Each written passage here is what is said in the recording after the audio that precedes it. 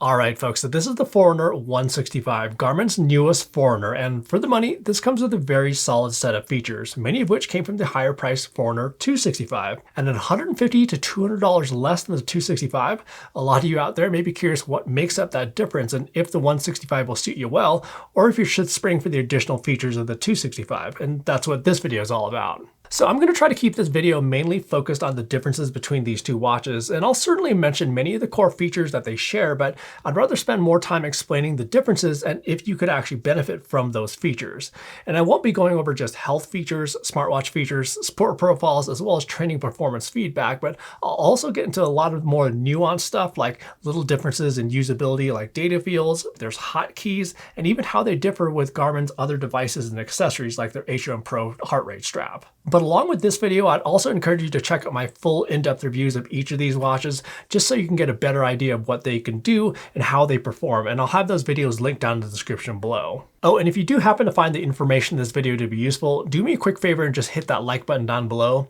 As you'll see, these kinds of videos take a lot of time to research and put together, and hitting that like button just lets YouTube, as well as other viewers out there, let you know that it helped you out. Okay, so first up, let's talk about price. So the 165 has two different models, a version with music playback capabilities and then one without. So the 165 without music runs $249, and then the 165 music runs $299. And then with the 265, all of them do have music and all of them run $449. For sizes, the 165 comes in one size option where it has a 43mm case, and then the 265 comes in two different sizes, a 42mm case and a 46mm case. And here's what the larger 265 looks like alongside the 165. I don't have the smaller 265S to show you, but it's about the same size as the Vivo Active 5, so here's that, at least just to give you an idea of how they compare. The 265 and the 265S are just a hair thicker than the 165, but they also have a little bit more battery life, which we'll talk about in just one bit. The 265 is still pretty darn thin though in the whole scheme of things, and any of these are totally comfortable to wear where they're all nice lightweight watches, with the 165 and the 265S coming in right around 39 grams and the larger 265 coming in at 47 grams. They all have resin or plastic cases with a 5 ATM water resistance rating, but the lenses or glass is going to be different on these, where the 165 uses a chemically strengthened glass and the 265 and 265S get Corning Gorilla Glass 3. One thing that kind of relates to this though is that the top of the glass is different on these, where the 165 has a flat lens and the 265 has a slightly domed lens, and where this comes into play are going to be with screen protectors, where it's easier to have a screen protector with a flat lens. And then for the displays themselves, all of these have super bright, crispy AMOLED touchscreen displays, and they basically go up in size from 1.1 inch on the 265S, 1.2 inch on the 165, and then 1.3 inches on the larger 265. And then in addition, all of them have 5 physical buttons along with those touchscreens. So that's where you can use the touchscreen whenever it's going to be convenient for you, like swiping through widgets and such like that. But then you can use the buttons in situations where that may be appropriate, like during sports. And you do also have the ability to turn on or off the touchscreen globally, as well as on a per activity basis. The 265 also has a couple subtle additional features when it comes to usability. So the 265 has hotkeys. So what you can do here is assign customized long press behaviors with different button combinations, where you can conveniently, let's say, access the alarm clock, brightness settings, and a bunch of other functions that you may want to access quicker than diving into menus and settings. The 265 also has an auto scroll feature where during activities, it can automatically scroll through all your data pages at different speeds based on your preference. Something that could be useful if, let's say, you have heavy gloves on or something like that, or if you just can't manually scroll through the data pages during your activity. And that brings us to data pages. So the 165 can have up to 10 data pages with up to 4 data fields per page. And with the 265, it can support up to 17 data pages with up to 8 data fields per page. And that's with both sizes, by the way, on the 265. 10 data pages seems like already a ton, but 17, well, I'm not really sure why exactly they decided on 17, but that seems a little bit excessive. But the 8 data fields per page certainly could come in handy though on the 265. And then when it comes to watch faces, from what I can tell, they're pretty much identical. So I'll just go ahead and scroll through all of these stock options right now. And by the way, these do seem to be pretty much the same as the 965 as well. But with both, you do have the ability to download additional custom watch faces from the Connect IQ store.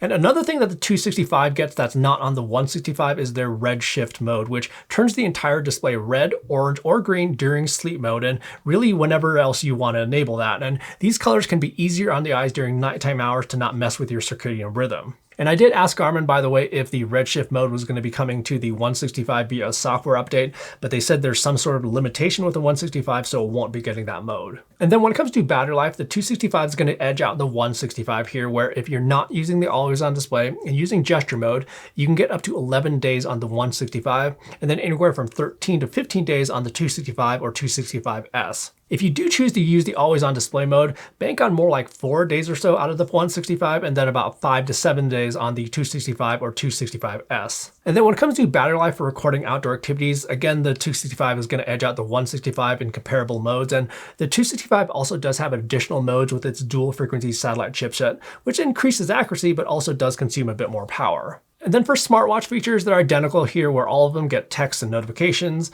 And then on Android phones, you can reply to text and you can also view images in text. There's calendar events, weather information, and then all of them do also have contactless payments with Garmin Pay. In addition, you also do have offline music storage and playback with the 265 as well as the 165 music. But if you don't think yet that you need that feature, you could actually save $50 with the 165 non-music edition, but all 265s come with music. However, one difference here is that the 265 has 8 gigabytes of storage versus the 165, which has 4 gigabytes. When it comes to health features, that's where these are going to be identical, where they all have the same 4th generation Elevate heart rate sensor that can measure your heart rate 24 hours a day. All of them have blood oxygen saturation tracking. All of them have stress tracking. They all have advanced sleep tracking with a sleep score and sleep stages. And then all of them also do have nap detection. And then there's also women's health tracking on all of them. They also come with Garmin's body battery feature with their new body battery factors.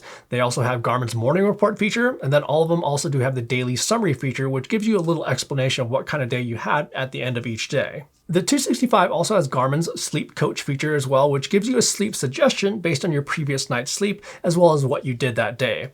Now at launch, the 165 doesn't have this feature, but they will be getting it with a software update in the future. No word on timing on that though. And then for activity tracking, basically the same here as well, where they track your calories, your steps, your floors climbed, since all of these do have an altimeter, and they also do have Garmin's intensity minutes feature. One minor difference though is that the 265 has a gyroscope where the 165 doesn't, and Garmin says that the gyroscope adds more accuracy to some algorithms that rely on accelerometer data. So that could be for stuff like indoor running distance estimation as well as for stuff like rep counting in the gym. But honestly, I haven't necessarily seen a difference there, but I thought I'd mention it. So for recording outdoor activities, both of these have built-in GPS where you can access numerous different satellite systems like GPS, Galileo, as well as Baidu. Where they differ though is that the 165 has a single band chipset versus the 265, which has a multi-band chipset. So the 265 can not only access different satellite systems, but also multiple frequencies from those satellites at one time. And basically what that all means is that the 265 could provide better accuracy in environments where satellite signals can kind of get iffy, like around really tall buildings, canyon walls, as well as heavy tree cover. Now, even though the 165 doesn't have multiband, I've actually gotten very impressive results out of it. Like on this right here, it's spot on with the other devices that have multiband satellite chipsets.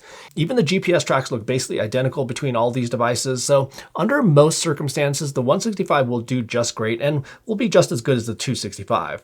It's just that if you tend to do, let's say, hikes or trail runs around really tall canyon walls or heavy tree cover, or if you run around like really tall buildings, that's where you may be able to benefit from the multiband chipset on the 265. But seriously, even for like 95% of the stuff that I do, I'd be just fine with the 165. And then moving on to sport profiles, the 165 comes with a really nice selection of sport profiles to choose from, including lots of running profiles, some cycling profiles, plenty of gym profiles, as well as pool swimming, and quite surprisingly, open water swimming. But this brings up probably one of the main differences between the 265 and the 165, where the 265 also has triathlon support. So that's where if you're planning on doing triathlon, the 265 is going to be your better bet. In addition to that though, the 265 also comes with more outdoor recreation profiles like skiing and snowboarding. There's also stand-up paddleboarding, mixed martial arts and boxing, as well as team sports like basketball, baseball, and soccer. Now, when it comes to individual sport profiles and what they have to offer, there's also going to be some differences here as well. So for running, these will all collect your pace, your distance, cadence, stride length, as well as heart rate. In addition, all of these can also collect advanced running dynamics from the wrist itself, like ground contact time, vertical oscillation, as well as running power, all without the need for an accessory. However, now let's talk about what happens with Garmin's HRM Pro and HRM Pro Plus heart rate strap. So these heart rate straps have some additional features beyond just heart rate, such as being able to collect all those advanced running dynamics as well, just from the chest instead of the wrist. In terms of accuracy of one location versus the other, there's really not going to be that much meaningful difference. However, with the 165, even though it can pair to the HRM Pro and HRM Pro Plus, it will always collect those advanced running dynamics from the watch itself, and it won't collect them from the strap. But again, I don't think that's necessarily going to be a big deal of one location versus the other. But with the 265, if you do use it with an HRM Pro, the 265 will use the data from the strap and will also be able to collect an additional metric that can only be collected by an external accessory. That being ground contact time balance, indicating the balance from one side of your body to the other while you're running. And this is going to be the same, by the way, with Garmin's RD Pod. And the 265 will also be able to collect your respiration rate from the strap as well. But interestingly, and to make things a little bit more complicated, both the 165 and the 265 both can benefit from the indoor running pace and distance feature on the HRM Pro. So this is where if you're not getting good indoor running distance estimations from your watch, you can tell your watch to try to use the data that's being collected on the strap, which could be more accurate versus the wrist. And then the 265 also has great adjusted pace. So this is going to be a useful feature to have when you're running on hilly terrain where the normal pace measurement may not be as useful. So for instance, if you're running on flat ground, pace is generally going to be a very good indicator of your performance. But if you were to start to run uphill, your pace will slow down and it's not going to be as useful at that point. And that's where great adjusted pace comes into play, is that it accounts for that hilly terrain to give you a pace that would be the equivalent if you were running on flat ground. And then the 265 also has an auto climb feature as well as vertical speed. But both of them do come with Garmin's Pace Pro feature, where you can build a pacing strategy for your run, whether that's going to be a workout or a race. And what it does is just basically guides you during your run to help you hit specific times for splits. And then when it comes to cycling, the 165 and the 265 can pair to speed and cadence sensors, but the big difference here is that the 265 can also pair to cycling power meters, smart bike trainers, and it also has support for Garmin's extended display function with the Garmin Edge bike computers, where you can basically mirror the information that's being collected on your watch on a compatible Edge bike computer. And then while we're talking about sensors, here's a list of all the sensors between the two. And then when it comes to swimming, there's a few differences here as well. So both do have pool swimming as well as open water swimming profiles, and both can also collect heart rate from the wrist during swimming.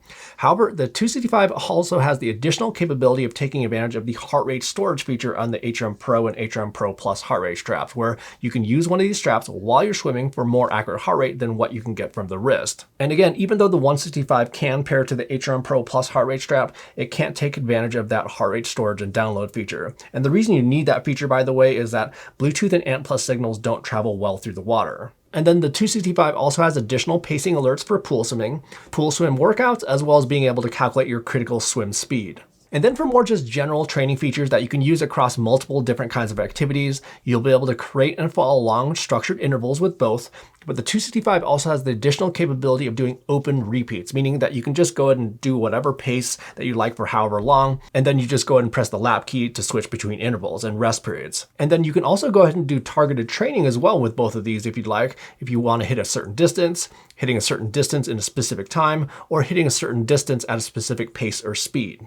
But then the 265 also comes with a virtual partner feature, so what you can do here is set a pace to adhere to, and then during your workout you can see your time ahead or behind your target pace. And then it also has a race and activity feature where you can race against a previously recorded outdoor activity. And then in addition, with both of them, you can get alerts for heart rate, there's pace alerts, time alerts, distance, and a whole bunch of other stuff. But with the 265, you can also set up custom alerts, like let's say it's time to eat, time to drink, or turn around and go home because you don't want to be late for dinner or something like that.